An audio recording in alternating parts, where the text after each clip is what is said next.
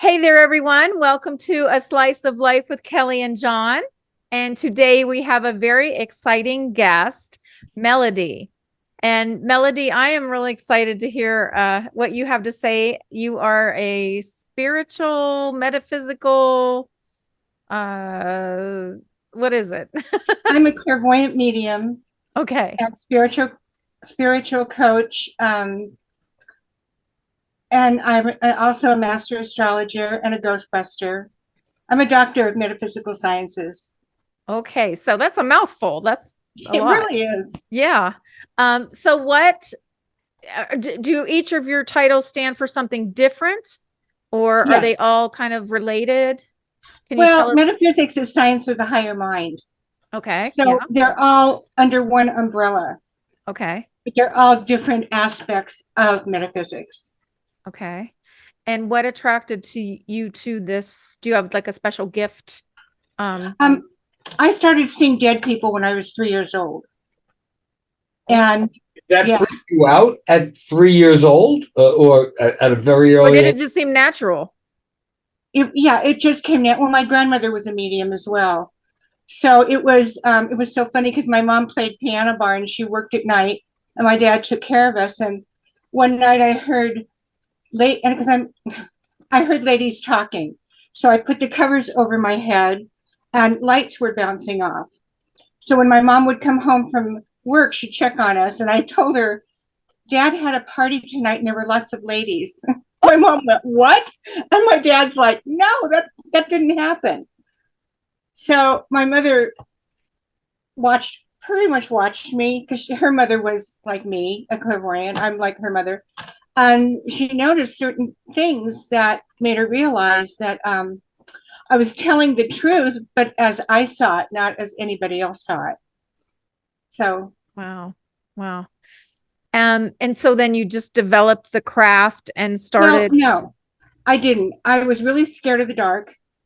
You know the movie The Sixth Sense? When Yes. that movie came out, my big brother, who had to walk me to the bathroom at night, told me, he said, "You have to go see this movie. This was you as a kid." Oh, wow. Because I was afraid of the dark. I'm getting goosebumps. I had to walk, he had to walk me to the bathroom at night and wait for me and get me back to bed. And had to sleep with the light on because they don't bother you too much if there's a light on. And it just went on from there.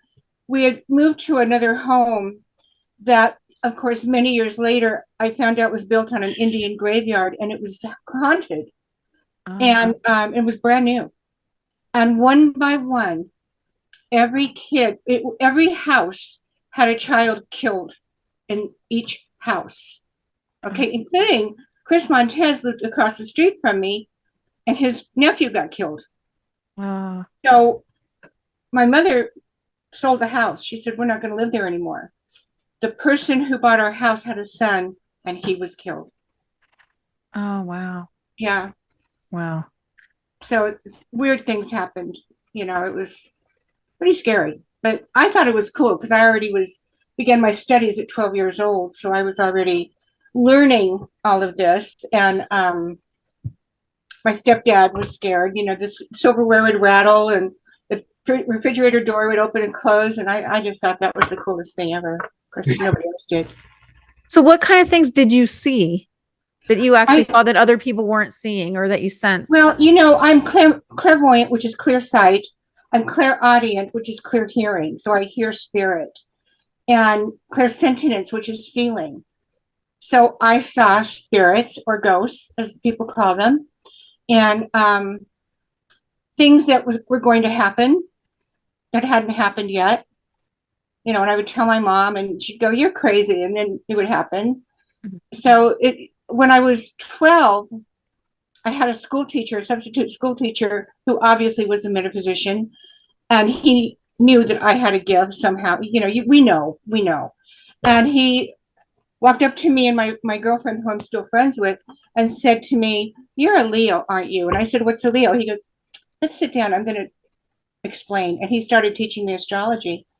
So when I got home that day, I told my mom I wanted to learn astrology. Well, she happened to have a customer at the piano bar who was a very famous psychic, and he had a school in North Hollywood. so she asked him to come over and talk to me. And for 3 hours he did, and he put me in his school. I was the only child in his school. Oh, wow. Yeah, it was And what cool. did you learn in the school? Like what kind of things? Everything. I learned self-awareness. I learned inner light, which is, it's about how everything is just an illusion.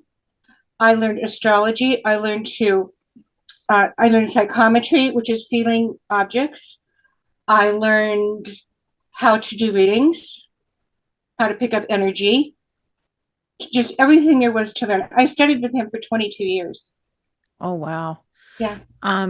Yeah, I'm so fascinated because there's so much we don't know about the other world. And if you study science and physics and biology and all those sciences, and then psychology and the metaphysics, and there's just so much that we don't know, and it's all tied together. If we were more educated, I really feel like we'd be more advanced. We're not advancing as quickly as if we could. If we were more educated, we would pick up on vibes, because you know how you say you feel somebody's vibe, and you Right. know right away, or a dog knows, Right. good people and bad people. And I think our senses haven't been stimulated enough to use those extra senses that we have to continue to progress that way. That's why self-awareness, being the first course, is so important, because it gets you in touch with your higher mind. Yeah. It's so interesting now to me, because I also teach metaphysics now, and I teach people how to talk to dead people. Well, I had 7 doctors from Kaiser come to my class. Oh, wow. Doctors, MDs, because now they've opened up to it, and they all learned how to do it and did it. Wow. So it's like so cool that the higher consciousness is a real happening deal, and people are tuning into it. They really are. Children, they're really tuned in. Well, yeah, because they haven't been told that you can't be yet. They're still so pure, and believe in anything. They're just not tainted yet. No. Or limited, I guess, limited in their thinking. The They're way not. we are as adults. I always listen. I have 10 grandchildren, and I always listen to them, because they're talking about when, like my son, when he was little, he said, "Mom, remember when I was big and you were little?" And they come up with things that are just so, most people would go, "Oh, you just think, you're just fantasizing." But the truth is, they're telling you exactly what was going on with them. Yeah. Really interesting. Well, I think sometimes we turn something into something that we want. Mm-hmm. But if you start again studying all the sciences and then psychology and biology, there's just so much we don't know. There's so much about the cosmos that we don't know. And That's we're just learning. And I feel like part of self-awareness and then universal awareness, being open to learning new things. I just feel like our culture is so stifled. I feel like we're just so stuck in the way we do things, and nobody's open to anything different than what they were taught since they were a kid. And we're all indoctrinated, and just not educated. I mean, there's a world of education out there that could open people's minds, but they just don't want to read a book. That's true. And give thought to things, throughout all of history. Look at this long history in our world. We've always grown and changed and learned something new, learn new ways to do things, and have a deeper understanding, even in medicine, the medical field. They used to let George Washington, they let him bleed out thinking that was going to save his life. Instead of, now we know more about medicine. So I feel like we need to progress. And I've always been fascinated with and open to, I do think we can communicate with other people on a spiritual level if we have a very strong connection with them. I know I had that with an old boyfriend. I won't go into the whole story, but I imagined something happening. We were broken up. I imagined the whole scenario in detail of us getting back together, because that's what I wanted. In every even down to what he said happened. I either I manifested it, You Or absolutely he did the manifested same it. thing. He said, I planned out every step I was going to take, exactly what I was going to do, when I was going to approach you, what I was going to say. And together, maybe we manifest. I don't know, but it Well, can't. Kelly, you have to understand that we can have anything we want. All we have to do is let the universe know it's what we want. Okay, I go don't believe into in a little more limitations. There detail. are no limitations, only the limitations we put on ourselves. So So, how would you go about that? Let's say, give us an example of something. well, with Someone is, me, I just say, okay, instance. Back in the 80s, one of my clients said to me, what do you want? I said, I want to be psychic to the stars. And she said, oh, okay. A week later, I got a phone call that this person was having a big celebrity party and wanted to hire me to do readings. wow. It all started in 2001. One of my clients said, what would you like? And I said, I would like to go to the Academy Awards. And she said, I can make that happen. And I went. Ask And and you shall receive. then I decided I wanted to go to the Super Bowl. And because I love football. And it's just so happened I was doing a radio show at the time, and one of the perks was sending 200 of us to the Super Bowl. Wow. Wow. So I feel you put it out there, the universe hears it, and it happens. The problem is with people is they hold on to something like this. I want it, I want it, I want it, but they don't let go. Okay, so what happens? They're doing this. They're blocking it. What I do is I say, okay, this is what I want. Put it out to the universe. Forget about it. It happens. And that's how energy works. Okay. That makes sense because I have had many things, dreams come true that I decided I want it. And I was very nonchalant about it. I didn't fight hard. I just went on with my life being the best that I could be at whatever it was I was doing at the time. And then so many things came to me that I'm like, can't be real. I mean, I But just it is. flippantly wanted this. I mean, it's the things I wanted. It's not like I just didn't want them, but I just, put the message out there. I feel like I was searching for a house a couple years ago, and there were a couple of them that I really wanted. I cried when I didn't get one of them. And then, so the next one came along, and I just, at night, I would just lay in bed and I would imagine myself driving into the garage of this house. And I wasn't holding on tight. I wasn't clinging. I was just like, oh, it would be so awesome. I pictured myself living in the house, and I got it. And I always say I manifested it. I feel You like did. I live, they say live as if, right? Is that something that you use? Live as if you already are in that situation. And I do feel like, because it was a bidding war, there were just these bidding wars. It was 2 years ago when everybody knew the rates were going to go up. It was right at the tail end, and everybody was bidding on these houses and grabbing them up. And I felt like this is my last chance. So I was prepared, but I was also prepared. If it doesn't work out, it doesn't work out. I really want it. I hope I did my homework. I knew I wanted it. Yeah. And so I feel like in life that's happened, but then there's been times when maybe then that's what I'm always confused about. There were other times I wanted something and it didn't happen. Did I want it too bad? Was I holding on too hard? Everything happens for a reason. There are no accidents. Okay. And if you wanted it badly and it didn't happen, you weren't supposed to have it. Okay. That's all there is to it. The universe is black and white, cut and dry. You get it or you don't. And it's so interesting to me because it always happens and something better comes. What you don't get, you don't get. And then something even better comes. And it's like, this is what the universe wanted for me. Okay. But one thing I tell my clients, get rid of the apostrophes. We have to let negative energy die of neglect. And words with an apostrophe are negative. Can't, couldn't, shouldn't, wouldn't, didn't. Okay.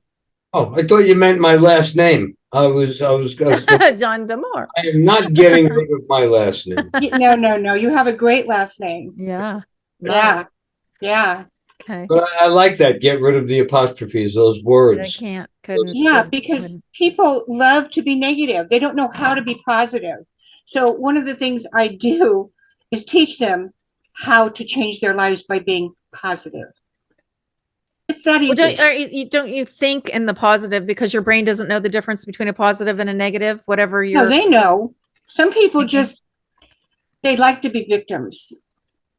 They like the attention. What I can talk about this. One celebrity client of mine for 35, 40 years now, his wife was the most difficult person, always crying, always upset, always angry, always negative. And it got bad. And she wouldn't listen. And everything I told her, she wouldn't listen. And so it came down to a real big fight they had. And I said, that's it. You have to divorce her. I fired her as a client and I said, you have to divorce her. And he did. And that's when he became famous. He got rid of the negative energy. Do you feel like telling us who it was? Danny Trejo. Oh, okay. Wow. And what about your other celebrity clients? How, like, who do you, how do you go about that? Like, you go and do a reading with them, or Yeah, I do readings for them. and And a lot of them, it's word of mouth. You know, who are some of your clients? Can you share? well, my my best friend was Cindy Williams, and she was my client Laverne first. and Shirley? Cindy? Yeah. Wow. Yeah, we were friends for almost 40 years, and it Oh, became wow. more like a sisterhood. She has a room in our home. Oh, wow. Her kids, they call me their other mom, and we started out.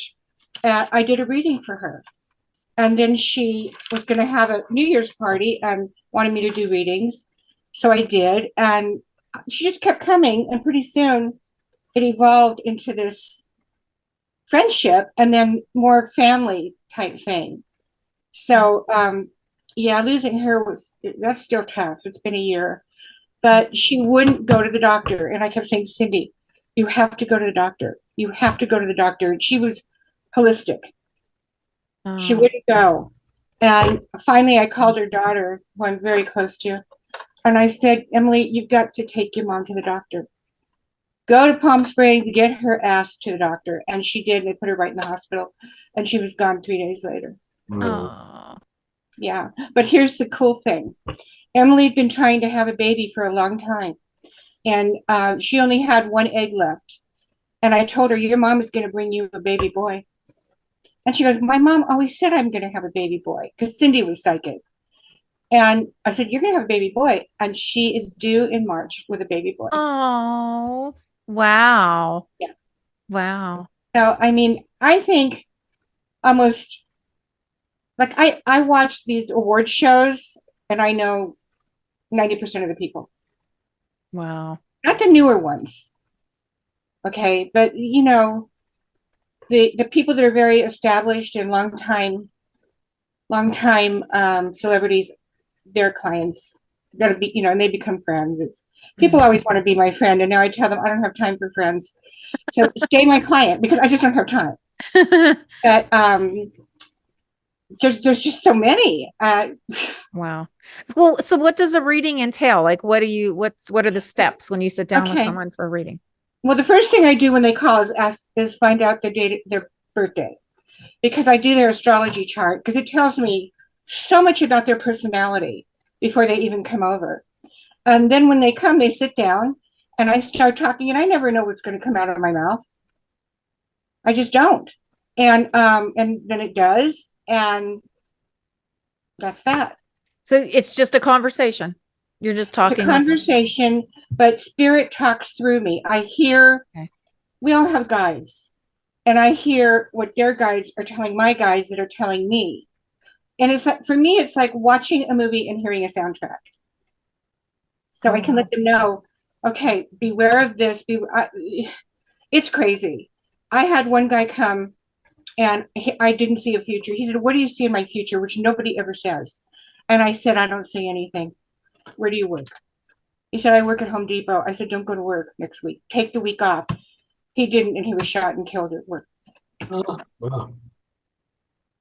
So it's like, I can warn him, but if something bad is going to happen, it's going to happen. And sometimes I won't see it because it's going to happen and they don't need to know, you know?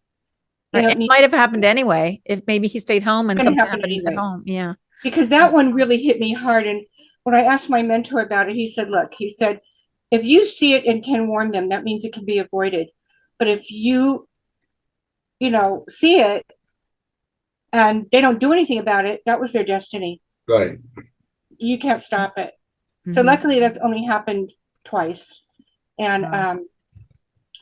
the other one was because the woman didn't listen. And I told her, your husband's really sick. Get him to a doctor. And she didn't.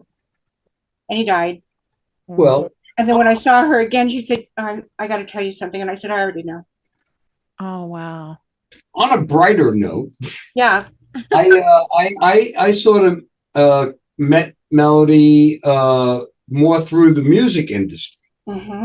She has a very interesting musical history, a past as a young girl. And then when we connected, you were working with Tim Piper from Just Imagine, Right. which was one of my favorite shows to see. But why don't you talk about your early teen years? Some people may not remember who that person is, so we may have to. Okay. Well, there's a few, but Okay, we don't have to go. I was just talking about one, but okay. You want to talk about Chris? Is that what you want to talk about? sure. I mean, Okay. that's the one that sort of means something to me, simply because this young Hispanic kid from the Southern California area has this one hit song and goes 5,000 miles away and is the headliner for one of the greatest bands that is ever to become. And while they're out there, the headlines, not the headings, the headliner changes from Chris Montez and the Beatles opening up for him to Chris opening up for the Beatles. It's Right. What was the band? Can you tell the audience? It was Chris Montez back in 63. 63. 60 what? 63. 63. He had that one song called Let's Dance. I don't know. You're too young to remember that, Oh, Kelly. yeah. Maybe not. And then, so how is Melodie tied in with that? You were in the band? No. Oh, okay. He moved in to my neighborhood, the haunted neighborhood. And of course, I didn't know it was him. I just remember seeing a bunch of Hispanic people living in this house. How old was he at the time? He was 23 and I was 14. Okay. And so I used to walk. I used to walk, and I had a baby sister, and I'd take her for walks, and I'd have a transistor radio because that's what you did in those days. And I was walking by his house, and he was outside washing his car, and Call Me came on because that was his second hit. And I said, God, that guy sounds like a girl. And he just started laughing. So I went home, and the next day he was on a TV show called Shebang with Casey Kasem. And I watched it, and I went, Mom, that guy lives down the street. And she goes, no, he doesn't. I said, yes, he does. Oh. So I stood on the corner at his house and waited for him to come home. And he drove up, and I said, hi. And I said, I just saw you on TV. And he said, you did? And I said, yeah. He goes, is your mom home? And I said, no, they just left. And he goes, let me get cleaned up and I'll come over. You were 14, young lady. Yeah, but he thought I was 18. Oh, well, that's and you didn't tell him, So you started dating him? Oh, yeah. Okay. For many, many years. And then how did you guys meet? Huh? How did you meet from this? Well, no, I only found I never met Chris. I did speak to him on the phone one time years ago. He was thinking about writing his biography or looking for somebody to help him out with that. But no, I never met him. I just remember the story because Melodie told me. Okay, I met Melodie through my friendship with Tim Piper. Okay. Okay. So, well, I knew you were in bands too, so I thought maybe you had met him. No, but I certainly knew who he was uh, certainly from the song I mean, I was only, when the song came out in 62, 63, I was very young, but still knowledgeable about it. And then once the Beatles hit, and then, in early Beatle history, there were a lot of famous photos of Chris Montez and the Beatles. And if I'm not mistaken, was that also around the time Roy Orbison was toured with them too? If I'm not I think mistaken, Roy Orbison came a little bit later. was that later? Okay. Yeah, because Chris, who he and I are still very good friends. We're very, very close. We see each other a lot. We on the phone a lot. Actually, he's doing a concert right now in Florida. But he, because of him, I met a lot of people in those days. And when the Beatles came to town, I begged him to take me with him because he was going to go hang out with them, and he wouldn't do it. He Wow. wouldn't do it. And I said, please, please, please. And he said, I'm not going to do it. And I said, why? He goes, you'll run off with one of them. And I'm like, Yep. Yeah. well, that's true. That's what he was afraid of. I would have. But, I knew when I met Sonny and Cher, Sonny asked me, he asked my mom if I could be Cher's stand-in, and she wouldn't let me go on tour with him. I was 15 then. Wow. So then I met Jim Morrison, Oh my goodness. and he was sitting behind me at the theater on Sunset Boulevard. We were watching the movie Producers, and he was coughing and snorting and noisy, and I was with 5 of my friends, and I turned around and I said, shut up. And he stood up in his stinky leathers, because that guy never bathed, and he was really tall, and he put his arms like this. He said, what did you say, little girl? And I said, why don't you take your crystal ship and shove it up your... Oh. And he turned around and walked out. Oh my And goodness. my friends were like, you just told Jim Morrison off. And I'm like, yeah, well, he should have shut up. Then I met Dave Crosby, the Byrds, Dave Crosby, and Roger McGuinn, who was Jim McGuinn. I mean, I met everybody. Wow. Because you could do that in those days. Yeah. Did you grow up in Hollywood? I grew up in the South Bay, which was very close to Hollywood. Okay. And yeah, we hung out in Hollywood all the time. Yep. And Chris would always come and get me and bring me home. Wow. Yeah, Yeah. it was fun. Yeah, that would have been a fun time. I moved to Hollywood in the 80s, and it was still pretty fun and easy to mix and mingle with the stars and get invited to parties, when you're a young girl. Oh yeah. It's there- easy. You get invited to everything. So You do. yeah. But what's really cool for me is there's a couple of celebrity parties that happen every year, and I've been doing readings at these parties for about 15 years now. So they all know me. The celebrities know me. Yeah. And they wait for me. Yeah, I have to get there early because they want to come and sign up. Yeah, because it's fascinating. Can you tell me a little bit more about astrology? Like, because when I don't know it or understand it, but when I read, I'm a Leo, so when I read Oh, me about it, I'm too. like, oh my gosh, that's me. Like Of course you're a Leo. When's your birthday? July 25th. Oh, you're a July Leo. I'm an August 12th. I'm right in the middle. You're in the first middle. decade. Yeah, I'm at the end of August. I'm a Virgo. You're a Virgo. wow. Yeah, I knew you were a Virgo because you're so fastidious about things you do, and you're a great writer. You're my favorite author. Mhm. And I read a lot of books, but I love your books. They entertain me. Thank you. And but Leo's the last 6 months we really had it rough. It's been it's like the planets have worked against us. Okay, and we're always like obstacles and climbing fences and putting out fires, and it's like, okay, enough now. Melodie, that's my whole life. I'm like, the last 6 months, the last 60 years, or how many ever. Understand, we're not just a Leo. There's 12 aspects in our charts. So whatever is dominant in our charts, like you could have 4 planets in Cancer, and that would make things different for you than it would be for somebody with 2 planets or 3 planets in Leo. So people think, oh, I'm my sun sign, but you're more than your sun sign. You're all those planets that affect you every month in different ways, depending on where they are. Your obstacles come because you're too sensitive. And that's what gets you in trouble. And don't take things so personal. It's like you need to just say, you know what? I don't care. Yeah, I noticed that when I let go and don't give someone so much power over me, the whole dynamic of the relationship changes. Or the whole, whatever the whole situation is or whatever. Yes. Don't take it personal. Don't give anyone any power over you. Yeah. Yeah. Okay. Remember something. Thoughts are things and words are power. Yeah. So don't allow anybody to make you feel anything but wonderful. Yeah.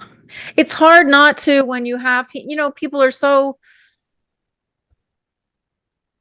when people feel inferior, they try to bring other people down. Well, you know what? And then it's so hard not to, I'm a people pleaser. I want them to be happy. So I try to build them up.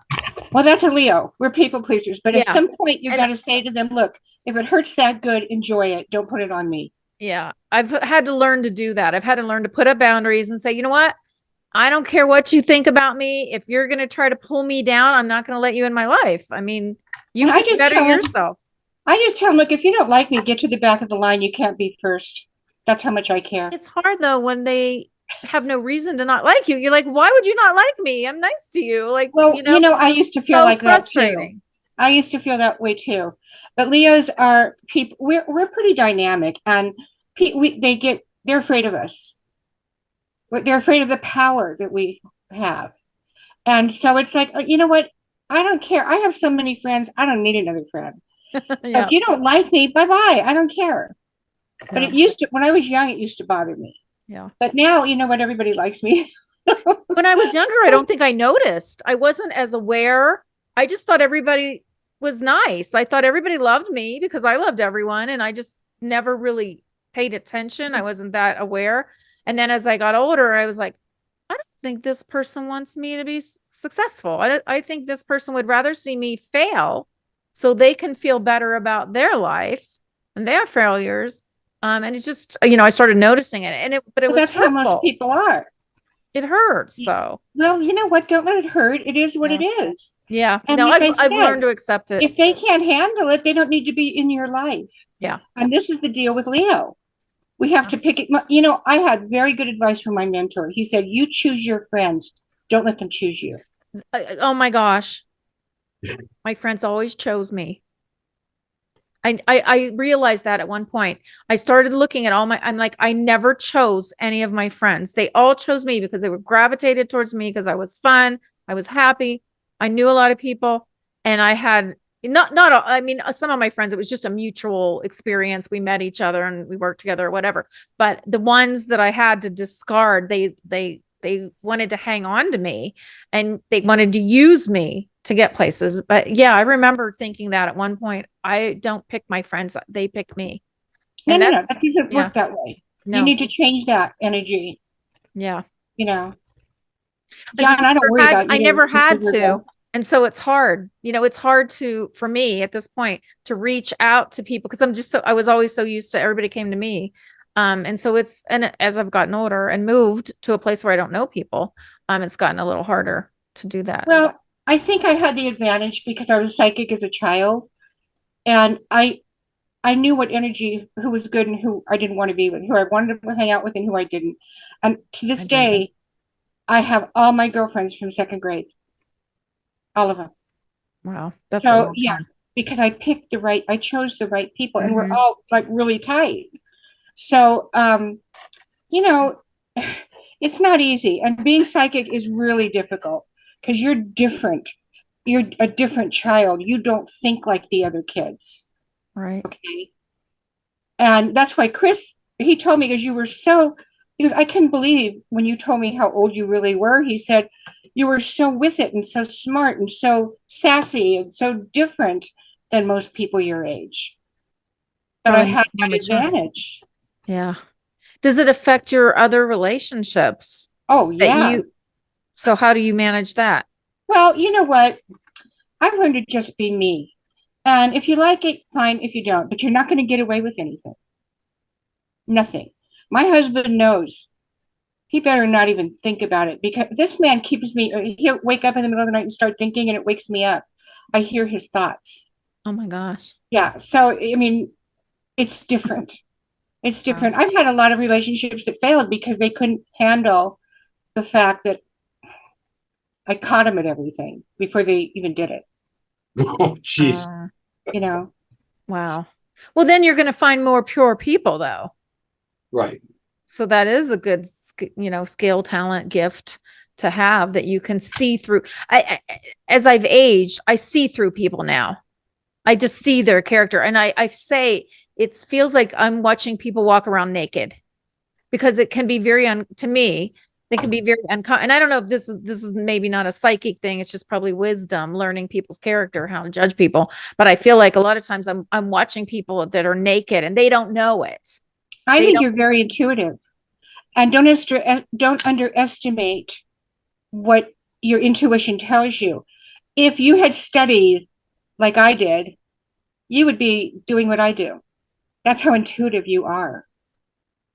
Well, thank you. I don't know about that, but I just feel like, yeah, I see through Well, people. there you go.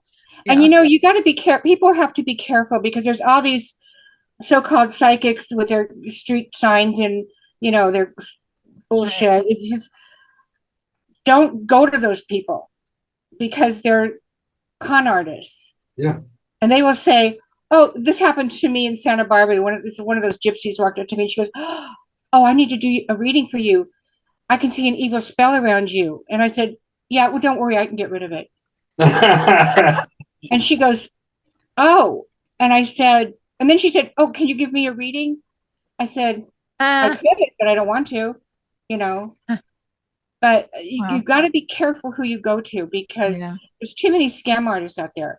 And I have a client who I've had for many, many years, very wealthy woman, and she went to one of those gypsies, conned her out of $8,000. Ooh. Mm-hmm. That's, Then she called me to tell me about it. compared to some other people I've heard, that's not a lot of money, Well, because she called me and I said, you know. "This is it. You charge, if somebody says, okay, this is what I charge, you go to them and they change it, walk out, Right. Right. walk out, because that means that there's scam Right. artists. Right. Yeah. They're just trying to get Yeah. more money out of you. Yeah, they are. Yeah. And a lot of times I give it away because there's people that save money and want to see me and they really can't afford it. And I feel that. And so I just give it to them. Aw, that's sweet. But one thing I've noticed about psychics, and I met the Long Island medium. Oh, yeah. Yeah. You met her. Uh-huh. And Who's that? she, I forget her name, but she had like this. Teresa Caputo. Yeah, her blonde hair. All of her hair was like perfectly poofed. Coiffed. And she's real little. She was more into the look than what she was all supposed to be all about. Let And me just, yeah. pure BS. I mean, Well, let me just say this. Cindy's manager wanted her to do the show, and Cindy said, "You have to come with me." So we went. And the first thing they had her do was for 2 hours fill out about 50 pages of questions. Now, I've done a lot of TV. I go to the studio, I say, I do what I do, and I leave. This was like a 4-hour deal. And then they finally called her in. And the funny thing was, I was wearing blue that day, and then Spirit told me, change your clothes, wear black and white.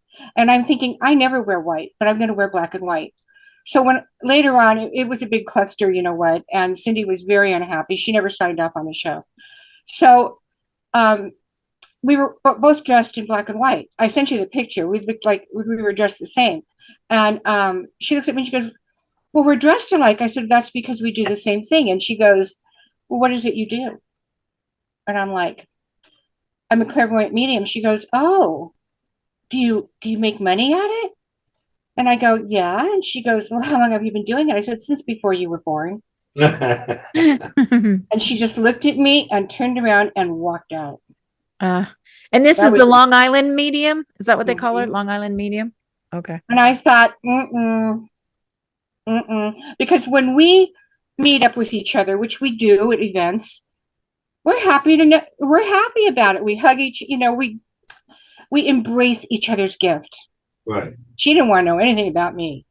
She just wanted to get the hell out of there. So I was like, okay.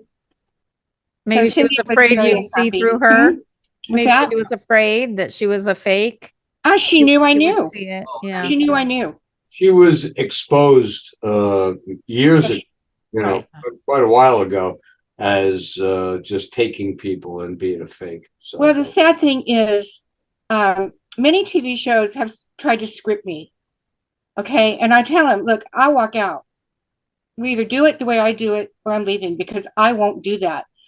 But these people that you see on TV that are doing this, they're so scripted, it's ridiculous. They already know exactly what to say. And I won't do that. So I don't do TV anymore, because that's what they do. They script you. The last show I did, I think, was Orange County Housewives, and they didn't script me. They didn't Oh, script wow. What'd you do on there? me. I did readings for the girls. Oh, how fun. That's fun. Mhm. Huh, crazy. Yeah. They're not as Well, evil as they say they are. Like on yeah. TV, Well, that's what I was going to say. Even reality TV now is pretty scripted it's and terrible, because the Housewives of Beverly Hills, Garcelle Beauvais, I did a party for her, and she's the nicest person. She's beautiful and sweet, and they have her as the villain on the Beverly Hills thing, but she is not. She's spiritual and she's loving. it's TV drama. That's why people watch that, though. You have to have the drama or they won't be Right. watching, which is a statement of our society or culture that people, want to see that. Watch people fight. What's funny is I was awarded the best of LA for what I do. And in the article they wrote, Melodie is very blunt, and if you don't want the truth, don't call her. Good. Because I am. That's a positive thing. My mentor taught me, if you love them, spank them. Yeah. That's all there is to it. Because, man, people really need a good swat. Yeah, our culture is so phony. It's just so phony. It really We've been taught is. not to say the truth and do the polite thing, but the polite thing is not always the right thing. But no, it isn't. But the celebrities that I work with, I have to say, are spiritual. They're the older ones, like Bob Newhart and Dick Van Dyke, and those guys, just loving and wonderful. Don Rickles was great. These people. Martin Landau was very close. He became a very close friend of mine. Very close. I loved him so much. The nicest, most gracious person you'd ever meet. And then there's the other ones. There's two that I walked out on them. Oh, wow. Mm-hmm. Are you going to say who? I'll give initials. Okay. One is LR. What years are they still? Well, were they famous? They're now. I mean, they're now. Okay. They're now. And one is NL. She was the worst. Nancy something. Yeah. Nina. Okay. Young one. You'll be on the. She had a relationship with a basketball player. Yes. And she was very.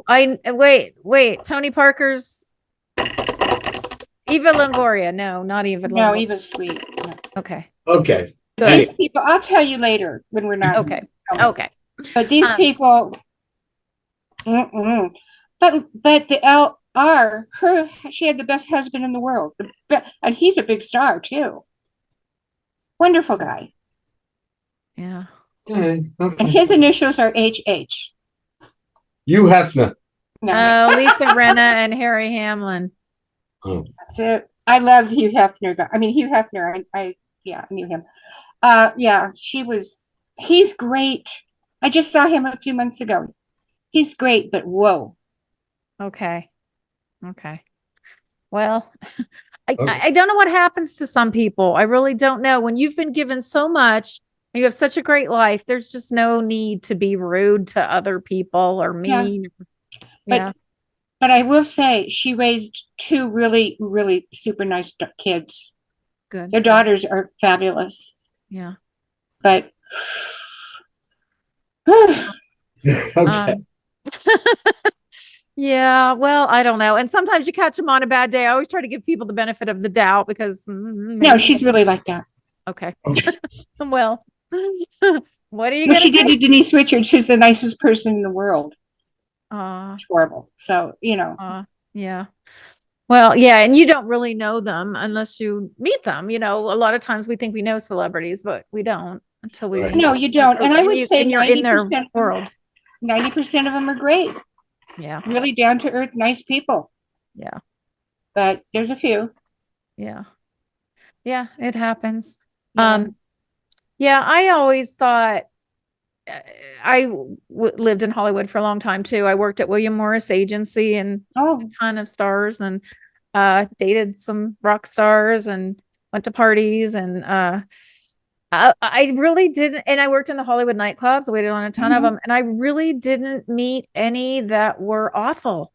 I didn't, was lucky that I never met any that were, they were always just so nice. Yeah, It I was only the met people two. that were on the cusp, the wannabes. They were the ones that were the awful ones because they were trying to, Mhm. be, don't you know who I am? I'm somebody important. I'm somebody special. And it's like, well, I remember one guy, I was waiting on him in a nightclub and he gave me a hard time about something. And of course, I put him in his place because I was not going to put up with that. And he said, don't you know who I am? And or no, he didn't. His friend said, don't you know who I am? And I just laughed under my breath, like, well, if you have to say that, then he's not that famous. No, Because no, I didn't know I've who he never heard was. those words. I would be like, no, and I don't want to know. Bye.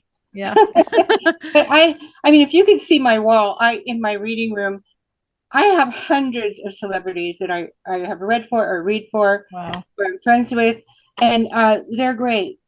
They're great. It's so funny because my husband, he gets real excited about them. And when they come over, because they come to my house, and he gets, "Do you know who that is?" I'm like, "Yeah, No, yeah." And he's like, I call him a star effer, Uh, because he gets so excited, and it makes me laugh because I'm so used to it. when you've been around them and gotten to know them, because it's kind of an intimate thing, right? To do a reading on them and Oh everything. yeah, It probably does get to honey, the point where I it's know where the bodies are buried. I could Oh, make millions of no. dollars selling stories, but wow. I would never do that. They Was have Never. to trust you. Yeah, they would have to a trust you. non-disclosure? No, No, they've never asked you to sign this so you can never. never. They trust me. They know I'm not going to talk. Very nice. Yeah. Yeah. I remember Tim Good. Piper was here one day, and we were out in the driveway talking, and Kira Sedgwick drove up. And Tim goes, I love her. "Kira Sedgwick? Is that Kira Sedgwick?" And I went, "Yeah, you got to go because she has an appointment now." And he was like going, "Oh my God." Yet he's met everybody, you Yeah. know. So it's like they're just people like us that That's have issues and need help, and Yeah. They're just in a different position. I mean, they are. yeah. And that's how I always looked at it too. I was never overly impressed or, it is what it is. It You're is doing a wrong. different job than I do. I have I have been again, having had the family in Hollywood that had the famous restaurant, Mm-hmm. and then when I was there, I was able to do that, and then being in the music business, I did get to even to this day, I'm now dear friends with some of the people that were my rock gods in the Mm-hmm. late '60s and early '70s. But there was still a couple of people that when I met them, I was just a, a drooling fan. You know, Yeah. when I met Frank Zappa, I mean, I loved Zappa since 1967, 66, 67, when the first album came out. And I finally got to meet him at an event and shake his hand. There Oh, was a time, actually, there was a time when I was in New Jersey and I was a musician, but also for one of the bigger newspapers. I was writing for them. I was doing their record and concert reviews. So Frank Zappa was playing at the Rutgers auditorium, and I got to be on the list to interview him. Wow. And I was going to be backstage, and I was positive there was no one who had a list of questions like I had a list of questions for Frank Zappa. I mean, I was going to go back to the first album and things that nobody would have asked him.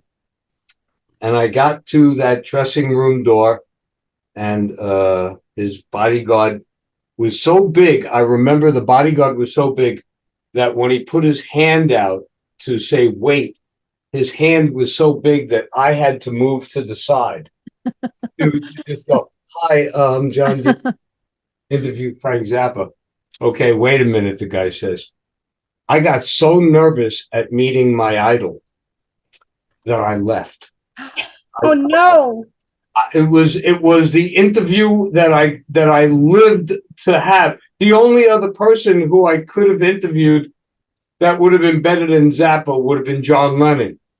And he was dead by that time, I'm sure. So that wasn't going to happen. And I was so nervous to meet him. Oh, Again, a handful of years later, I met him. Him and Steve Allen, they were doing a benefit for fundamentalism, stay away from, televangelists type of thing. And I paid $100 to hear him speak just so that I can meet him and Steve Allen and their hands at this thing. But I know that there was another time. I don't want to take up time, but there was another time in Los Angeles. No, I'll save this for another conversation. But I was changing clothes, getting out of a suit that I had to wear during the day, and I was getting ready to go to my writers group. So I had my jeans and sneakers and a T-shirt in my car. So I parked in front of a friend's house around the corner from the writers group I was going to. I was changing my clothes and I had just taken off my pants and I was trying to get my jeans on. And Brian Wilson walked out of the house that I was parked in front of. And I wanted to go outside and say, it's Brian Wilson, but I couldn't get my pants on. I was changing them in my small little sports car. So that was another great time I sort of blew. Chris and Brian went to school together. Really? That's right. You lived down by the Wilson boys. Yeah, they were best friends, and Al Jardine used to walk home from school with him every day. I know those guys. They're pretty nice guys. Yeah, they were. I went to acting school with Jonah Wilson. I don't know which one. His dad was maybe Carl. I don't remember, but he's cousins. He introduced me to Carney. Oh yeah, I just met her. Yeah. Carney and Wendy Wilson. We did a play together, and they came to the play, and he introduced me to them. But the funny story, I'll tell quick since we're talking Beach Boy stories. So Jonah and I had acting rehearsal for class.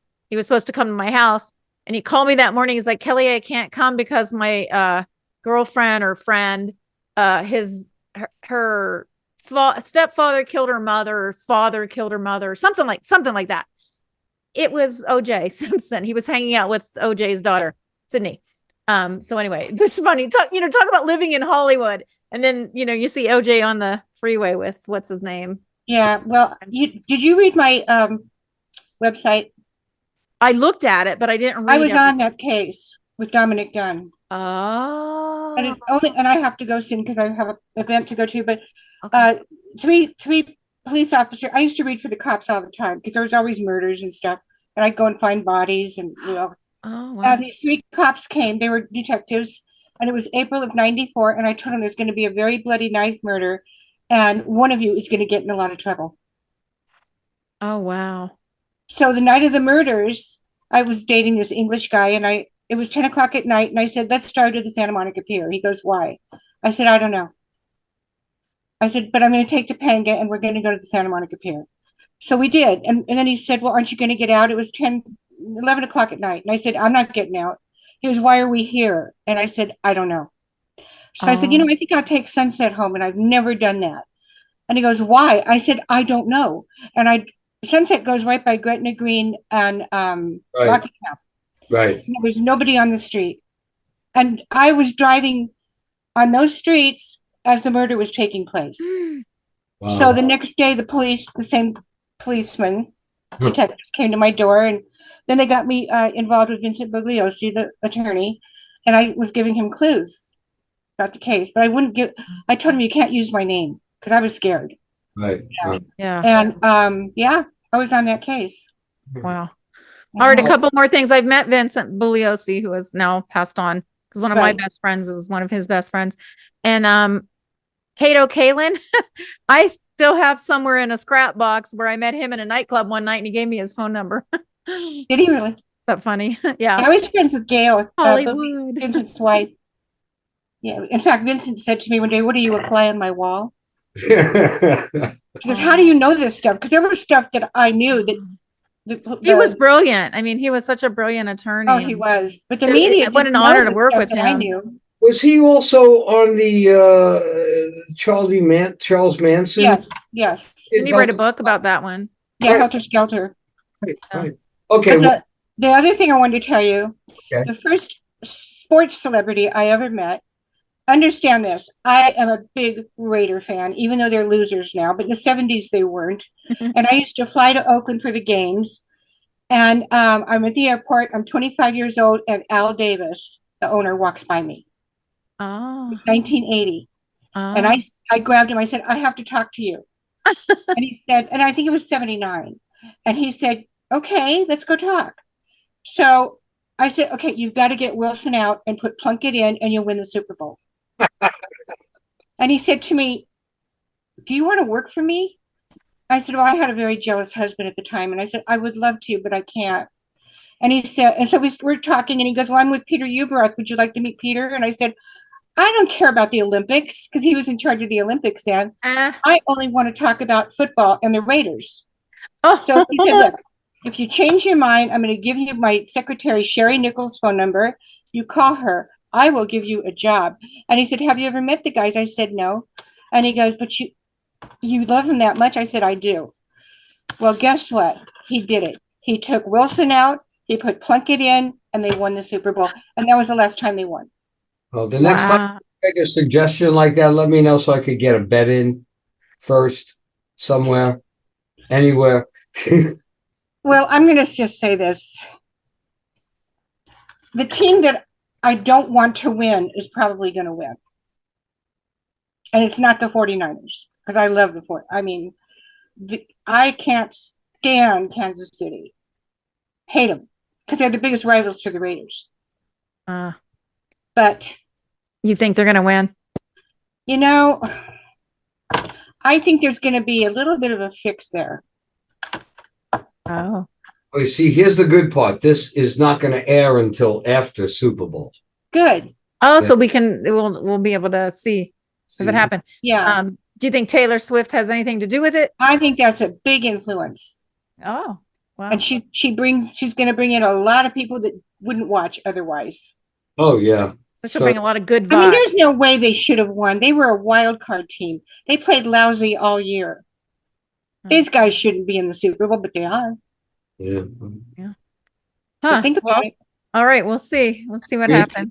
I know you, because when we talked a few days ago, I know you have an event you have to get to. Yeah. I have to change. Right. So I wish we had more time. This is so fun. know, Melodie, I am fascinated. I just love hearing about this stuff. And thank you for sharing and all the celebrities you met and your talent, your gift. Thank you for sharing that with all the people that you help. Kelly, it's been such a pleasure to meet you. You're adorable and you have a great energy. And just don't give in. There you go. Stand your ground. Learn to say no. And it's a complete sentence. Well, I can be a real witch at times when I'm pushed. Good. But I, like I said, I just didn't always know that everybody wasn't cheering for me.